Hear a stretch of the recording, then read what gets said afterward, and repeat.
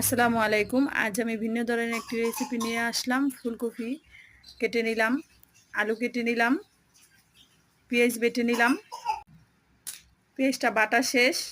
এখন আদা রসুন বাটা, ধনিয়া জিরা বাটা, হলুদের গুঁড়া, মরিচের গুঁড়া, লবণ, পানি দিয়ে গুলিয়ে নিলাম। ডিমগুলো সিদ্ধ করে নিয়ে নিয়েছি। এখন ডিম ছিলে কেচে নিব। এখন হলুদের গুঁড়া দিয়ে দিলাম, মরিচের গুঁড়া, একটু লবণ, হালকা সামান্য একটু তেল দিয়ে মেখে রেস্টে রেখে দিব। কড়াই বসিয়ে দিয়ে দিলাম, ডিম ভেজে উঠিয়ে নিলাম, ফুলকপি ভেজে নিলাম, আলু ভেজে নিলাম। কড়াইতে পেঁয়াজ বাটা দিয়ে দিলাম, পেঁয়াজটি ভাজা হয়ে গেল, মশলা দিয়ে দিলাম, মশলা কষানো শেষ। এখন আলু দিয়ে দিলাম, ফুলকপি দিয়ে দিলাম, পরিমাণ মতন পানি দিয়ে দিলাম। এখন প্রায় তরকারিটা হয়ে গেছে, পরিবেশনের পালা। আমাদের